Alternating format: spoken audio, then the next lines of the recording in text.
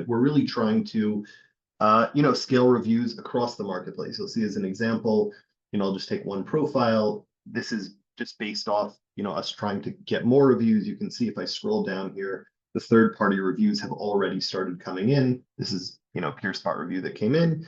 And also you can see there's a verified, AWS first-party review, not necessarily through a specific engagement, but through the fact that we are we are getting more of those reviews throughout the portfolio of the marketplace.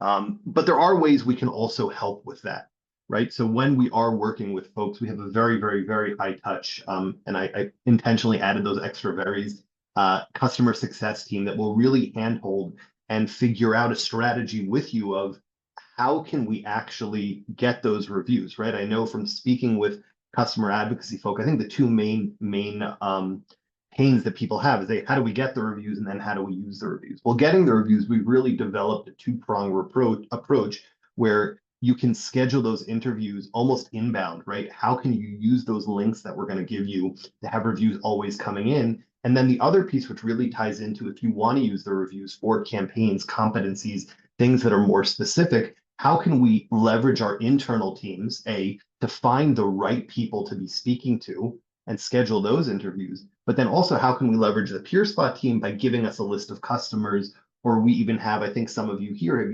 even had analysts at events that can collect reviews there. So it's a great way to, everybody wants to scale and get more reviews, but then also at the same time be figuring out how can we get the people who are using the right features, or how can we get the, the people in the right segments that will help me with, external campaigns, competencies, etc.